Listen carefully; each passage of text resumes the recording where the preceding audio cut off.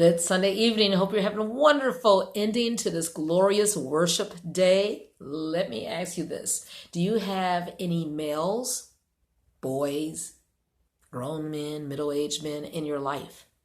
Go run to them, whatever gender you are, and either give them a hug quickly or tell them you love them.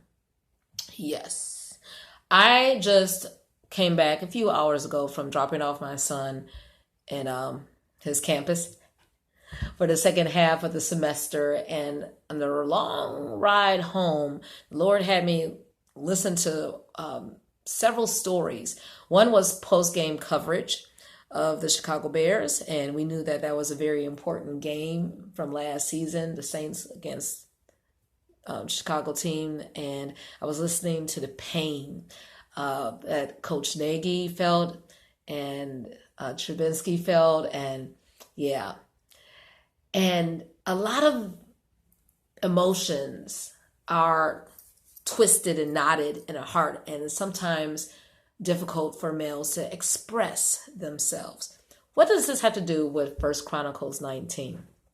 Well, King David heard of another king. He was a friend of his, and he passed. He died. So David said, you know what? I'm going to send my guys over to his son's house, my friend King's son's house, and I'm going to send my guys to comfort him. Similar to what we do today. We might, on a Thursday night before the repast, we'll gather together, a group of us, saints from the church, will bring some fried chicken, macaroni and cheese, right? And we would sit around and try to be there for one another. Yeah, well, David did that. And the receiving guys, the son's friends, the Ammonite princes, say, David is up to no good. He's trying to send his men over here to scope out the land, to be spies, to attack it later on. Just ill intentions, right? That's what they thought. Well, no, David had pure. He just wanted to show kindness and comfort. What is normal when, people are in bereavement. So these Ammonite princes did something despicable to David's men. They humiliated. Oh my goodness, don't humiliate a man. Oh my goodness.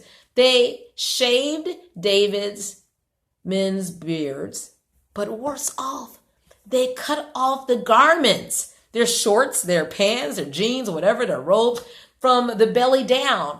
They were exposed. David heard about this, and he told his men, okay, you know what? Y'all stay in Jericho until your beards grow back.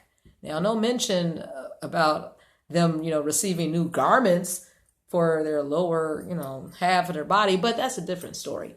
But you know how the story ends. There was a lot of bloodshed, lives lost, etc. And then I thought about this. I was like, if only those men could have accepted the graces of David and the kindness instead of, thinking all negatively, right? So I also was listening to a story on National Public Radio where we know the statistics. We have heard that there has been such an increase of suicide among not only young people between the age 10 to 24, but our men, and especially middle-aged men. And there are a lot of factors, but they were saying because of finances, the economy, not being able to provide, the stresses of that, and also social isolation, not having connections, not having that bro man, right? That's why I love my son's relationship with his best friend. Even though they might spend too much time playing video games when they should be hitting the books, and they're 1,000 miles apart, but they still have that connection, that brother relationship. Men need it. And because today is October 20th, Proverbs 20, let's really encourage this with our males. In verse 5, it says, counsel in the heart of man is like deep water. But let's find these young men who can make these relationships, these alliances. But a man of understanding will draw it out.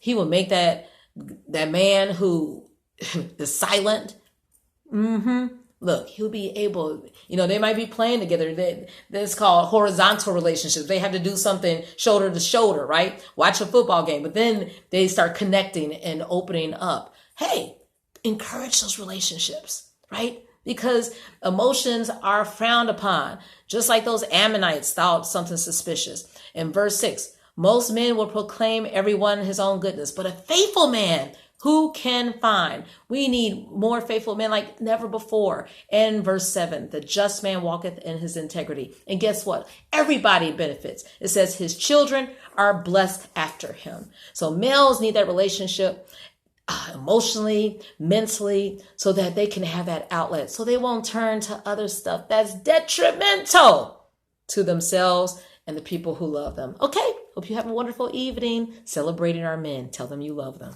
Good night.